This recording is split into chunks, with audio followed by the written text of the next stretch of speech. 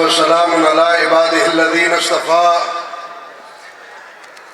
أما بعد فأعوذ بالله من الشيطان الرجيم بسم الله الرحمن الرحيم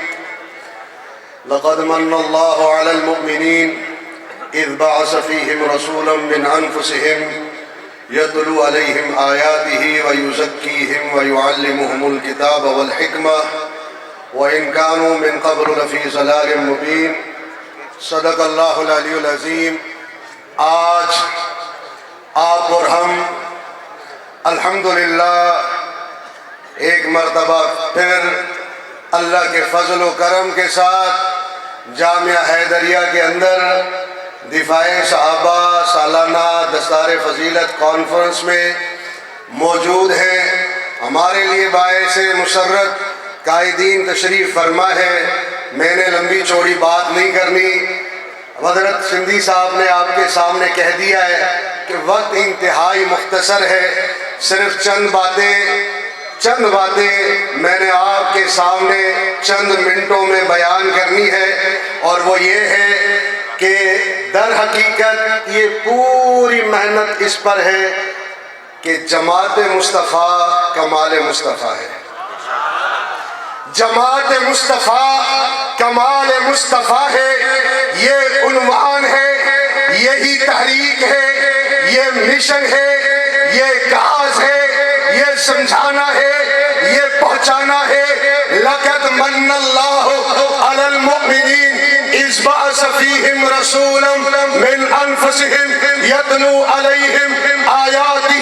ویزکیہم ویعلمہم الکتاب والحکمہ وإن كانوا من قبل لفی ضلال مبین۔ اللہ نے اپنے حبیب صلی اللہ علیہ وسلم کو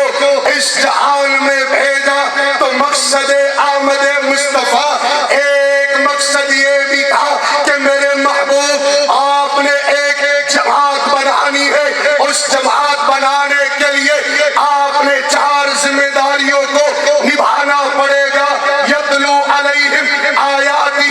ویزکیہم ویعلمہم الکتاب والحکمہ، قرآن پڑھتے جائیں گے، قریب وہ آتے چلے جائیں گے، مکہ کے لوگ قریب آئیں گے، جیسے ہی آپ کی صحبت میں آئیں گے ہم نے آپ کی صحبت کو باکمال بنایا ہے، ہم نے آپ کی صحبت کو بڑی شان والا بنایا ہے، ہم نے آپ کی صحبت کو رکنوں والا بنایا ہے۔ لا تمس النار مسلما رعانی اور من رعانی، میرے محبوب آپ کی صحبت کا کمال ہے۔ نماز کی ضرورت نہیں، حج کی ضرورت نہیں، یہاں پر کوئی ذکر نہیں،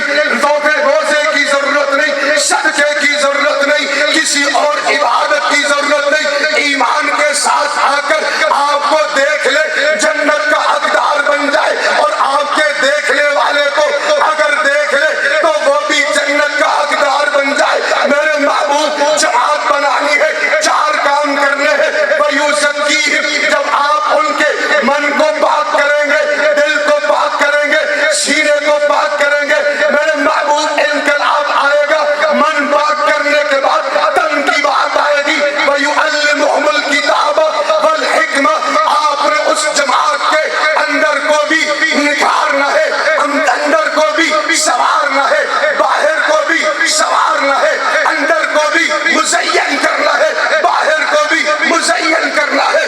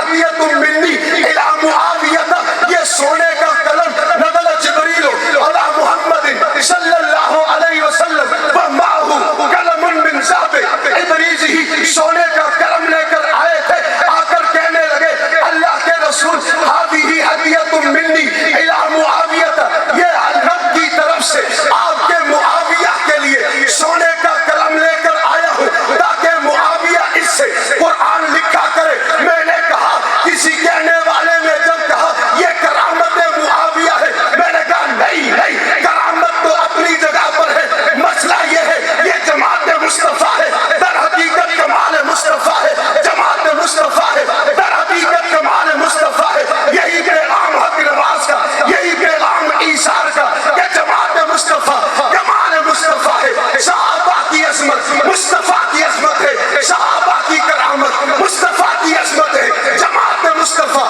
کمال مصطفیٰ ہے، صحابہ کا دشمن مصطفیٰ کا دشمن ہے، صحابہ کا گستاخ مصطفیٰ کا گستاخ ہے، سب کچھ شک ہے کسب بن نبی ہے، اٹھا کے دیکھ بار الرائے ہم سے بحث کرتے ہو کہ